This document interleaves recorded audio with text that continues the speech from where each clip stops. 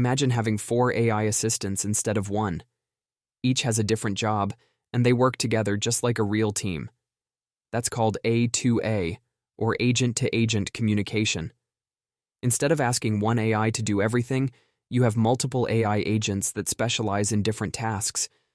For example, one agent finds flights, another books your meetings, another researches information, another writes the final report. These agents can actually talk to each other, divide up the work, and pass tasks between themselves without you having to manage every step. Think of it like building a house. You wouldn't ask the electrician to lay the bricks and paint the walls. You'd have specialists working together. AI is moving in exactly the same direction. This means bigger jobs get finished faster, more accurately, and with less effort from you.